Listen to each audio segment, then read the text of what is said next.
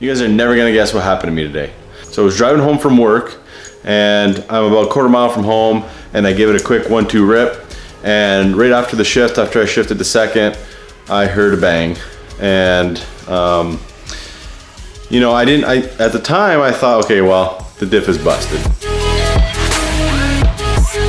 But I got it home and I still had some power. I got it back in the driveway. I was able to move it under its own power. So I got under the car and nothing was leaking, so perfect. Jacked it up real quick and I found a broken bolt. Alright guys, so we're under the car here. So what you can see right there is one of the 3 differential mount bolts. So that's the one I had in my hand a second ago. The banging was right there. Differential was hitting the subframe, so that's good news. And then there's the other mount bolt. It's not sheared, but I did get 2 bolts just in case. Never know what we'll find when we get it in there. But anyway, as far as the differential, everything looks good. It's been about a couple hours now, so you know, there's no leaks anywhere. So now we got to get the broken part of the bolt that's still in the differential out of there.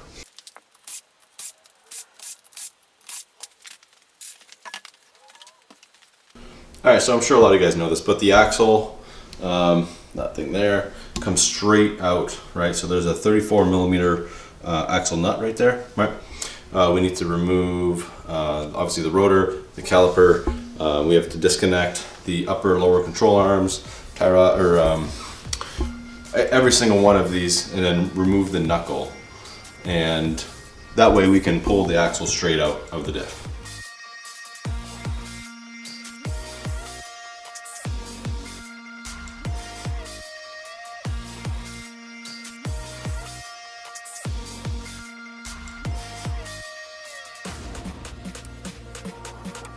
Okay, after struggling taking that rotor off, I guess these brake shoes are a little bit, I don't know, not adjusted properly, hanging up a little bit. Anyway, what you'll see here is what we need to disconnect. So the lower control arm there, the tie rod, and then the upper control arm bolt. After that, the knuckle is going to be free. Make sure you disconnect, obviously, your ABS and stuff like that. But after that, the knuckle is going to be free. And then we could loosen off the axle nut and pull the axle right out along with the knuckle.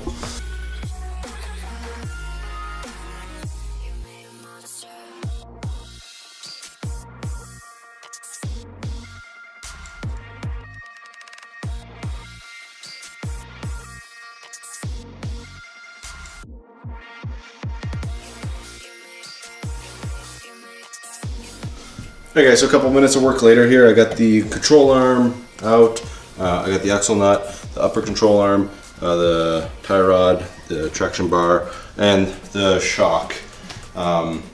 Everything's loose now. You can see it's kind of just wobbling there. What we have to do now is just disconnect all our sensors, and then we can pull the whole assembly out, and then we can pull the axle straight out of the diff.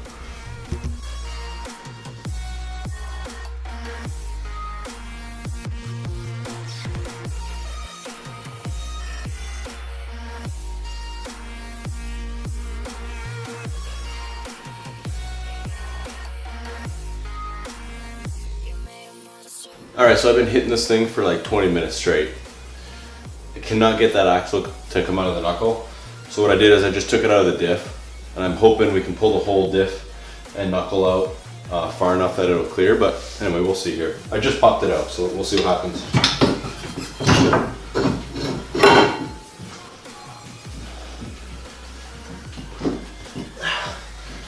Nope, cannot do that.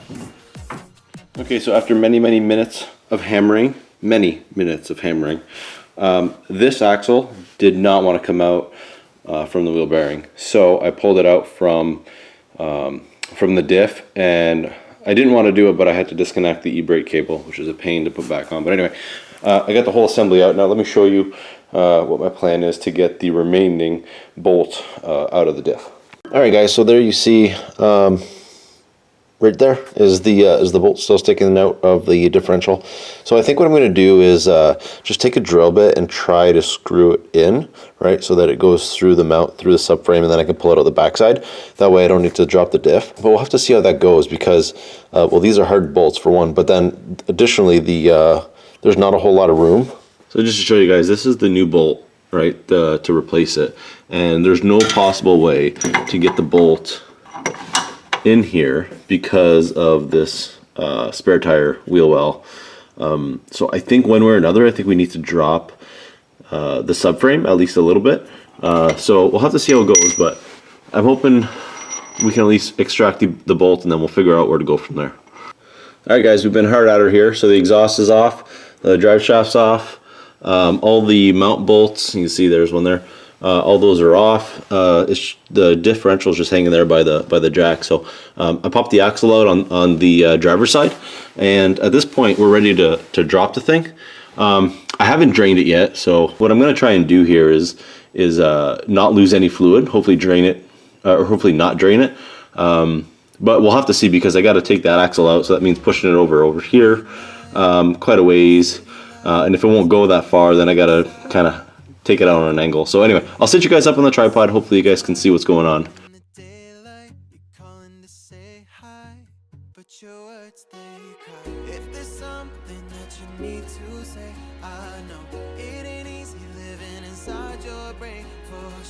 You keep telling me that it's all okay, but I know, yeah, your silence speaks so loud.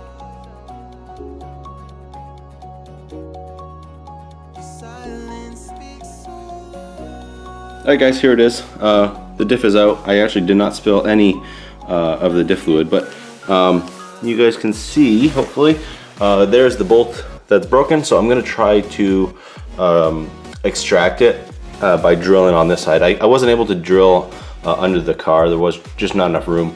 And then at the same time, I'm going to get a part number off the diff and see what generation this is. It's always good to know.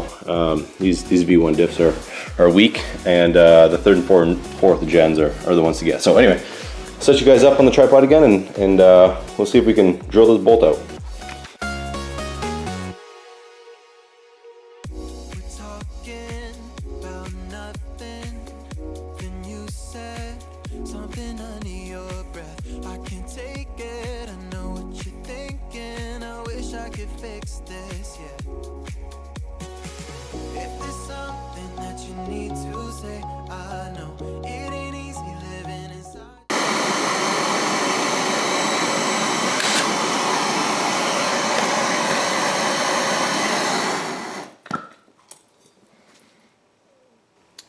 Well guys,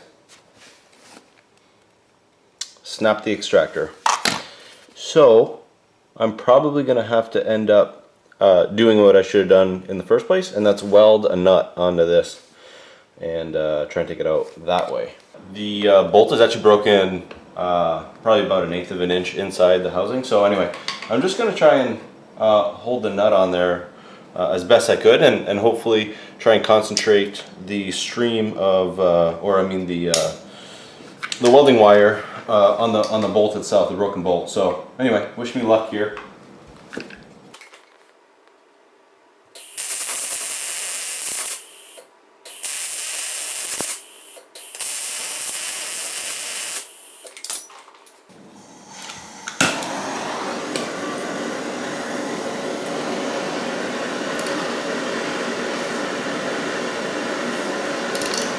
No! Okay, I'm going to try that again.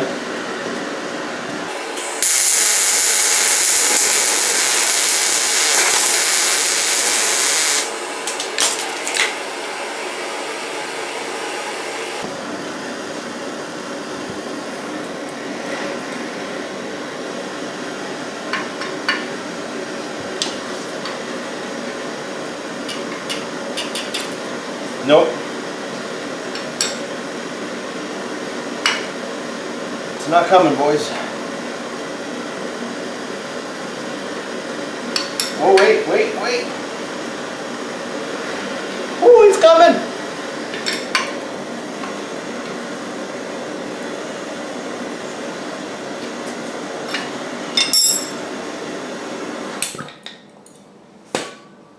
turn that off so I stop burning my hands.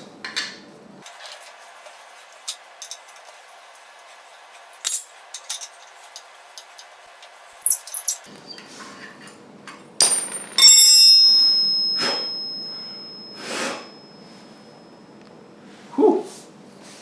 There she goes, boys. All right, good news, guys. So I pulled the bolt out, and I just wanted to make sure I had the right size, right? So I put the new one beside the old one, and boom, pretty much bang on. So I'm feeling really good about that. Now I did get 2 of those, but the other side, I don't think I'm going to bother taking it out because I got to bash that wheel well, and I'm not going to worry about it. It's in there right now. So anyway, now we just got to put the diff back in the car, and yeah, put it all back together, I guess. What we really need to do is, while the whole exhaust is off, while there's no resonator, where there's no mufflers, there's nothing on there, we need to get a sound clip with straight up open headers. I bet you it sounds beautiful.